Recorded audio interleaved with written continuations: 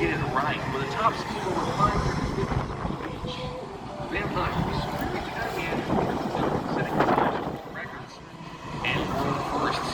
Due to its development being so close to the end of World War II, building materials were increasingly challenging to come by. The Vampire, believe it or not, is built mostly of wood, capable of carrying ground rockets or two 500-pound bombs. That's like 300, yeah.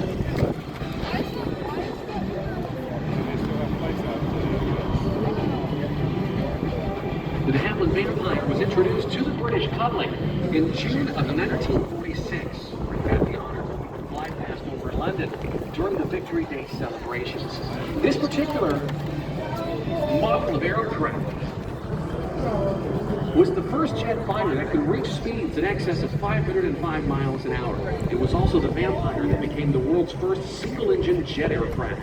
And it was also the Vampire that became the first jet to successfully fly across the Atlantic Ocean. Additionally, it was the first jet aircraft to successfully take off and land